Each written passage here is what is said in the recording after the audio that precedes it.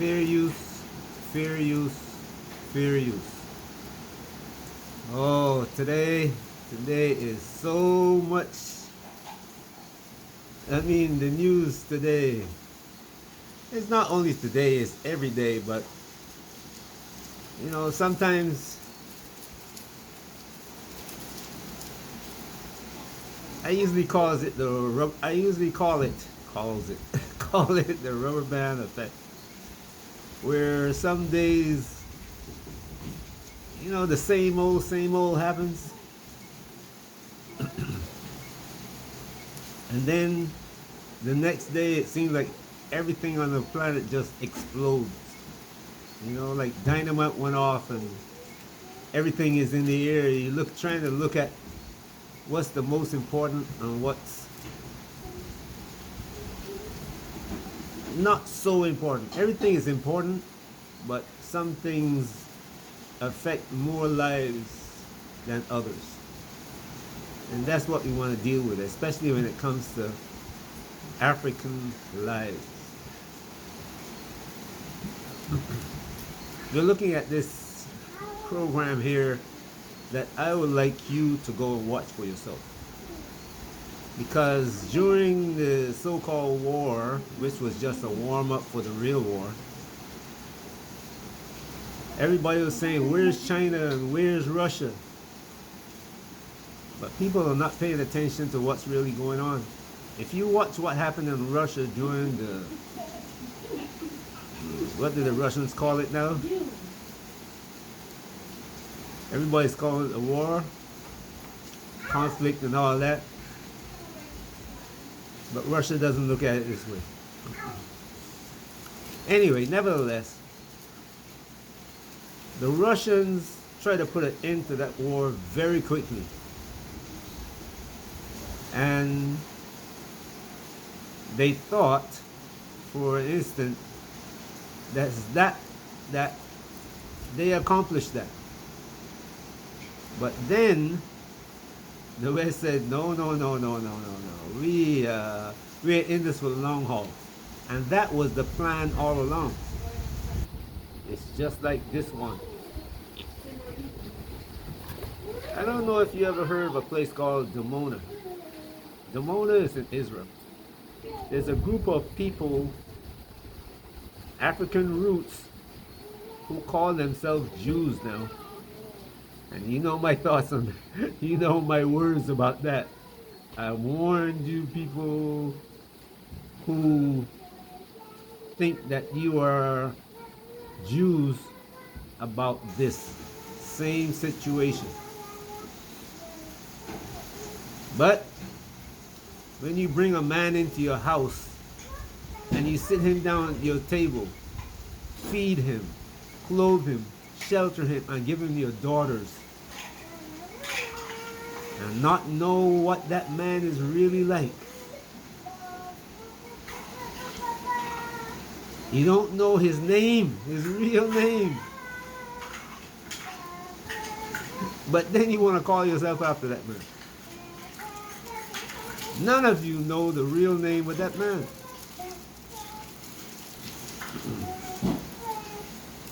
And if I told you the name, you would tell me I'm a liar. But then again, anyway, I don't want to teach you because you would execute me. Nevertheless, Dimona.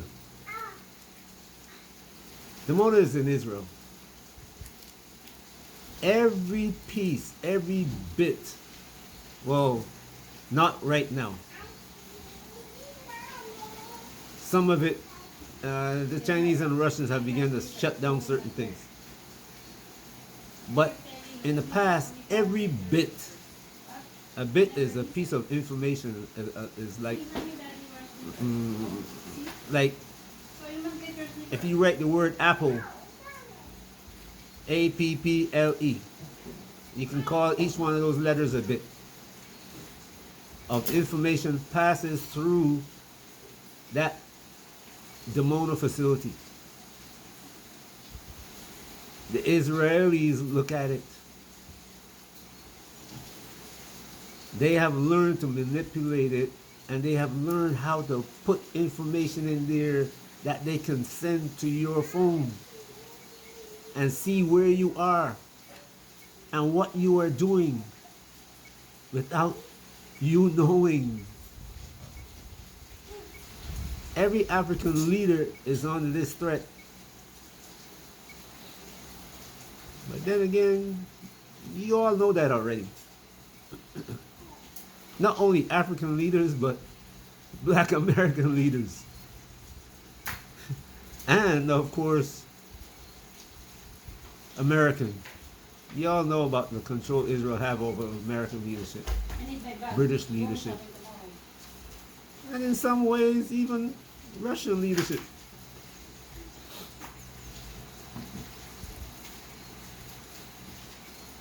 Do you know how many Russians live in Israel? And I'm not talking, there are a lot of them that call themselves Jews, but they just moved out of Russia.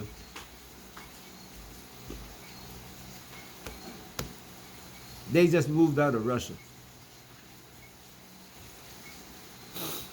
They just wanted to get out of Russia.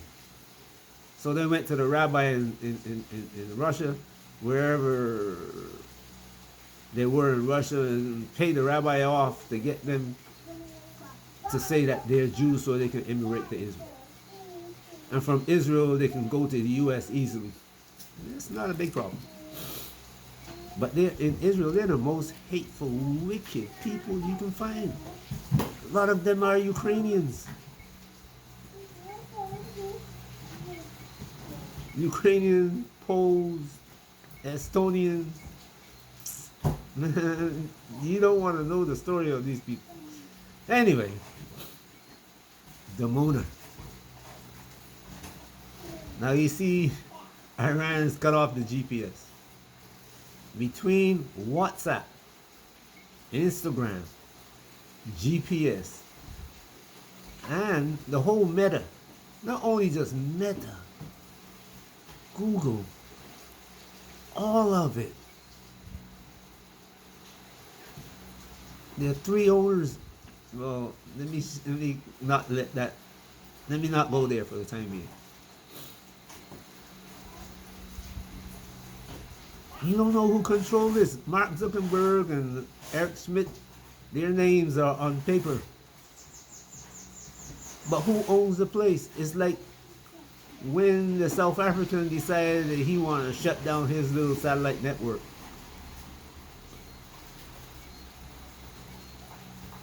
And the U.S. government said, no, you don't. And it's not just the U.S. government, it's people saying to these people who call themselves by another name. Said, no, you don't. You're not gonna mess with our money. Had to turn it back on. Those weapons operate on that system, GPS, but also on that system that he owns. These people don't give you anything. You would think it belonged to him, but it doesn't belong to him. You would think Google belongs to Smith. No. Meta doesn't belong to the people who you think it belongs to either. So when Iran was attacked, if you look at all the disruptions throughout the Middle East from all the way back from 2001, Saddam Hussein, to the color revolution in Tunisia, and the brother in Sudan.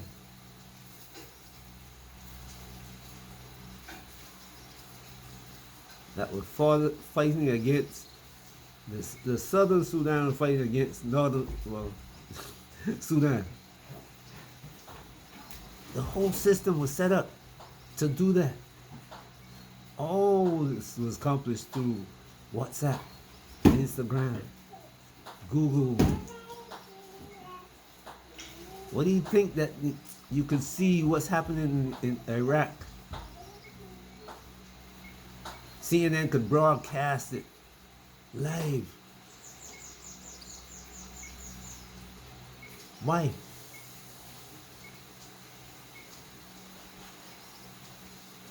paying attention. And every African leader is on this. Everyone.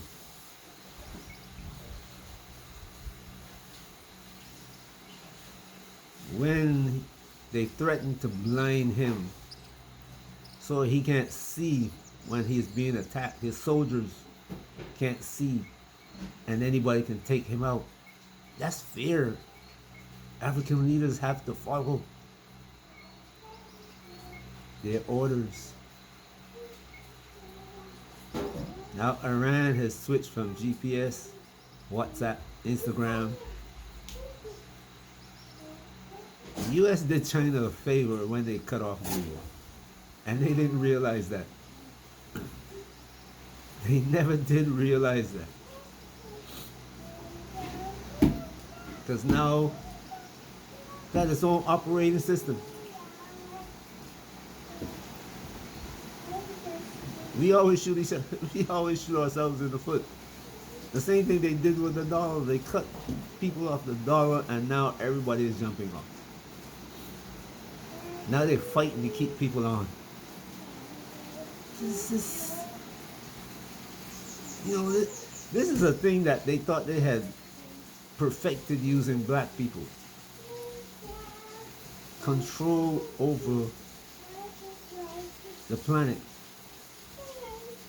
Black Americans, people in the Caribbean, people in England, they thought they had perfected the system they were creating. Black people was a training ground. Some of you who look back on what I'm saying, back to the 60s and 50s, you know what I'm saying. But Iran is moving swiftly because they know the war is coming. That was just a test. China knows it. Russia knows it. All the members of BRICS know it. The other day I saw some information where South Africa is being threatened. DA, the people that I warned you about, that the South African government, Ramaphosa brought into his government, they're threatening him now. Those people were created by the Israelis, the people who call themselves Jews. And there's one in South Africa that sits at the table. Remember that table I told you about?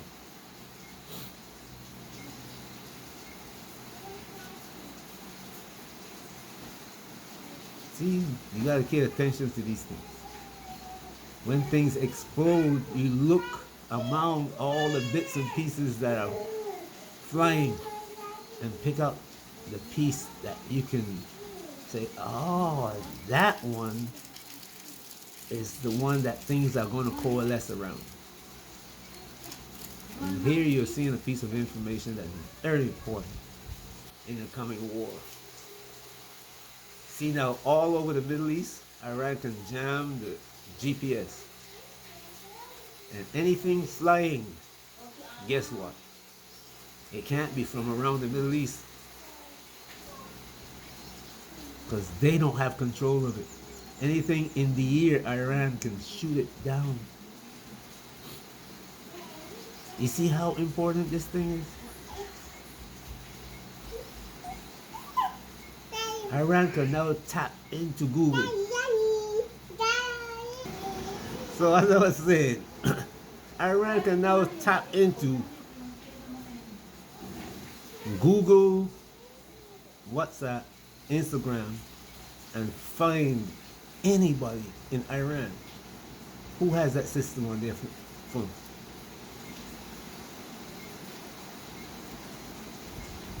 And if you have it on your phone, you have to be Israeli agent now, or a US agent. You see how these things work? We as Africans are not paying attention. When I say we as Africans, African governments, I'm not even going to say the AU, because that's useless. It's useless. The Chinese are already doing this.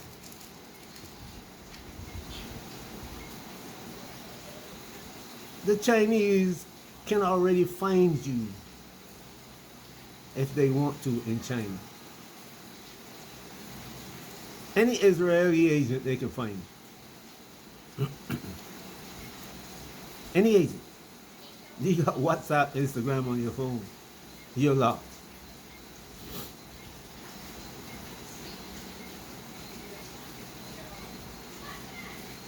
Nevertheless, I need you to watch this. It's very important. African leaders should be watching this.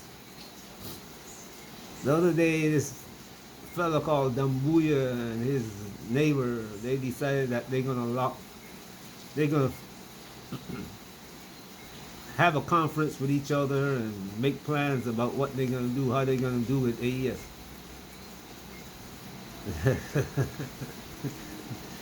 They're gonna end up in a problem that they can't fix.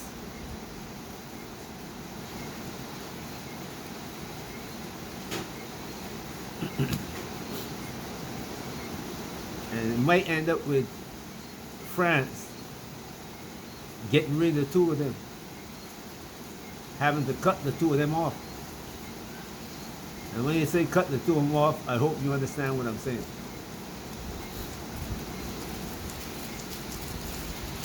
Ghana is running in the same direction.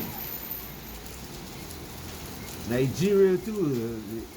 I mean, well, they put that man in power, so they got to deal with him.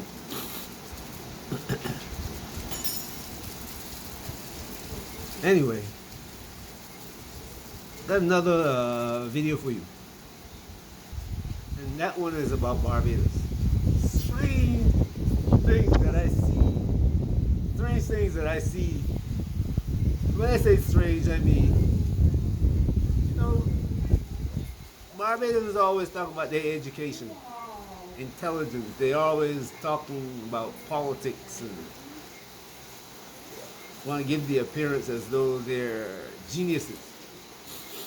But the government just took out a loan, or is trying to take out a loan from the IMF. The IMF comes to Barbados. A man called Bo Lee, and he is singing praises about the Barbados economy. The other day, Barbados gives every citizen $300. I kind of question why. But anyway, I'm going to make a video about it later. Hopefully, you will see the funny things about it. Hello, Africa. But then again, we are Africans, aren't we? Peace. Wherever you are, stay safe. Watch your surroundings. Things are changing quickly. Alright? You gotta prepare yourself. Don't fall asleep. Don't tell anybody, well, I'm behind my high walls with my pool. You know, keep my head down. Nope.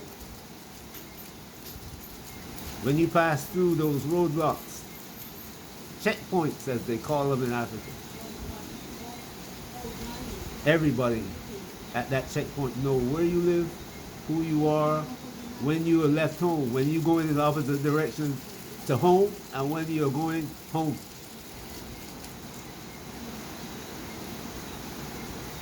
You think, oh, you didn't know that? Ah, you thought the checkpoints, oh, they're trying to catch this and trying to catch, no.